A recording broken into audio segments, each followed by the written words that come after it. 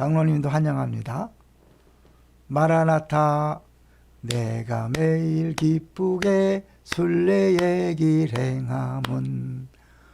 오늘도 파송 현장에서 순례자임을 기억하고 모든 것을 감사하며 살고 계실 줄로 믿습니다.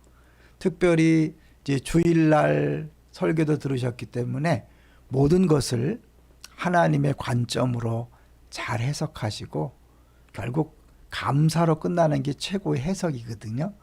모든 것을 감사로 해석하면서 행복하게 사시길 바랍니다. 오늘의 제목은요, 상처를 넘어 상흔으로 라는 내용입니다. 같이 이제 바로 이어서 우리 화면을 보면서 진행하도록 하겠습니다.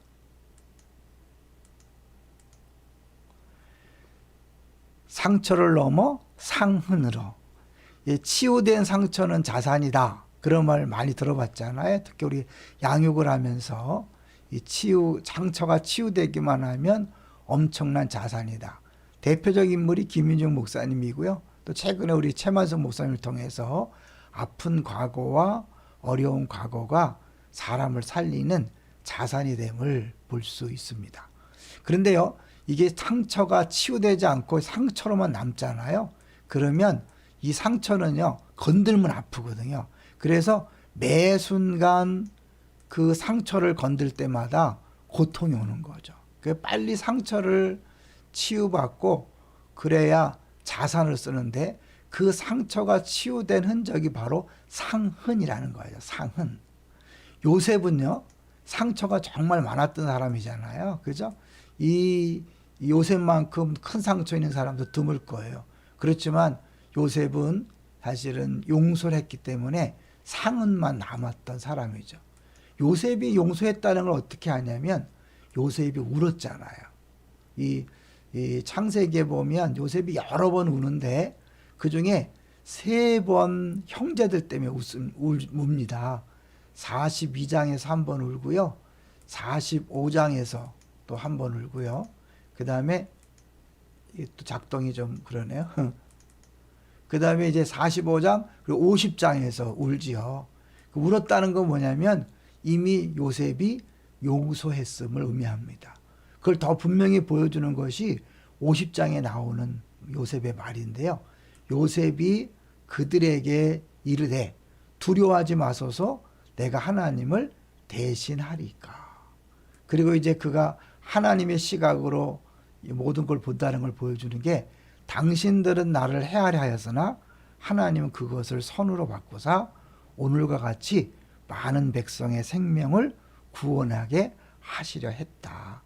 이거를 간단히 요약한 것이 주일날 말씀드린 것처럼 가세요.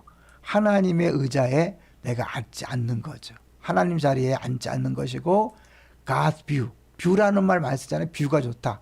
그러니까 하나님의 관점에서 모든 것을 해석하는 거죠. 이 두 가지가 합쳐져서 하나님의 사랑을 경험하고 그 사랑을 실천하는 것이 용서한 사람들의 모습인 겁니다. 이어령 박사님 이제 사진 보여드리고 있는데요. 이어령 박사님이 그 부활 그 증거라는 이제 그 다큐멘터리 영화가 있는데요. 거기서 이제 강의하는 내용이 나오는데, 이 시대는 죽음이 죽어버린 시대다. 결국 부활이 없다는 거죠. 부활이 없기 때문에 늘 십자가의 상처에만 머문다.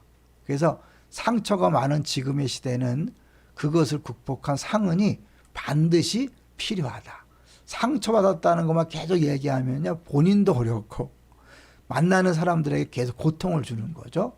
그래서 재미난 것은요, 상처에 대한 단어가 많은데 이 스카라는 단어를 쓴다 그래요. 근데 이게 마음의 상처, 때로는 흉터로 쓰는데 상처를 남기다 마음의 상처할 때 스카라고 써요. 그런데요, 요 스카와 스타가 비교해보면 어때요? C와 T만 달라요. C가 T로 바뀌면 스타가 되는 거예요. 그러니까 결국 우리가 상처로만 남으면 본인도 아프고 남들도 힘들게 하지만 그게 상흔으로 변하는, 쉽게 해서 스캡, 딱지인데 딱지로 변하고 나면 그것이 별처럼 빛나는 거죠. 하나님 우리에게 상처를 허락했을 때는요, 그 상처로만 남기를 원하지 않으셨죠. 그 상처를 통해 치유된 자산이 됨으로 말미암아 누군가를 구원하고 누군가를 살리는 그 역할을 하기를 원하셨던 거죠. 인간의 역사 속에는요, 많은 상흔들이 쌓여 있으며 영원히 지워지지 않을 수도 있습니다. 상처는 골마 터져야 낫는다는 말이 있지만 상흔은 아주 오래오래 남지요. 근데 그 오래 남는데 그것이 우리에게는 감사의 조건이 되고 다른 사람을 위로하고 격려하고 살리는 통로가 되는 거죠. 상흔이란 것을 다시 한번 얘기해 보면요, 상흔은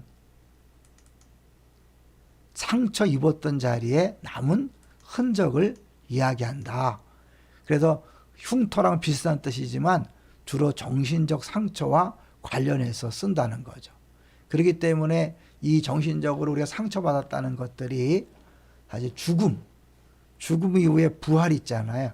그 부활을 경험하면서 예수님의 십자가의 그 상처, 못 박힌 상처, 또 가시관의 상처가 도마의 믿음, 의심을 해결하는 상흔이 된 것처럼 우리 모두도 상처에 머물지 말고 이제 그 상처를 치유받고 이제는 그 상흔을 가지고 사람들을 살리는 사람들이 되어야 된다는 거죠. 우리는 계속해서 상처받은 것으로 스스로 숨는 경우가 많이 있죠. 나 상처받았어. 나 과거에 어려웠어.